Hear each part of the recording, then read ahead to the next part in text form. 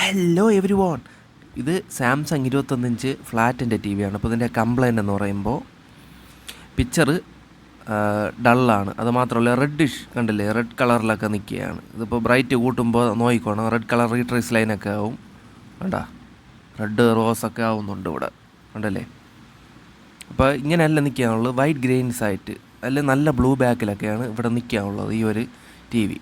അപ്പോൾ ഇത് ബേസ് ബോർഡിൽ എന്തെങ്കിലും കംപ്ലയിൻറ്റ് വരുമ്പോഴാണ് ഇങ്ങനത്തെ ഒരു പ്രശ്നം വരുന്നത്. പിന്നെ ട്യൂബിന് എന്തെങ്കിലും കംപ്ലയിൻ്റ് ഉണ്ടെങ്കിലും വരും. അപ്പോൾ ഈ ബോർഡ് എടുത്ത് വേറെ ട്യൂബിൽ വെച്ചിട്ട് ഞാൻ ചെക്ക് ചെയ്ത് നോക്കിയിട്ടുണ്ടായിരുന്നു, പക്ഷേ ട്യൂബിൻ്റെ കംപ്ലയിൻ്റ് അല്ല.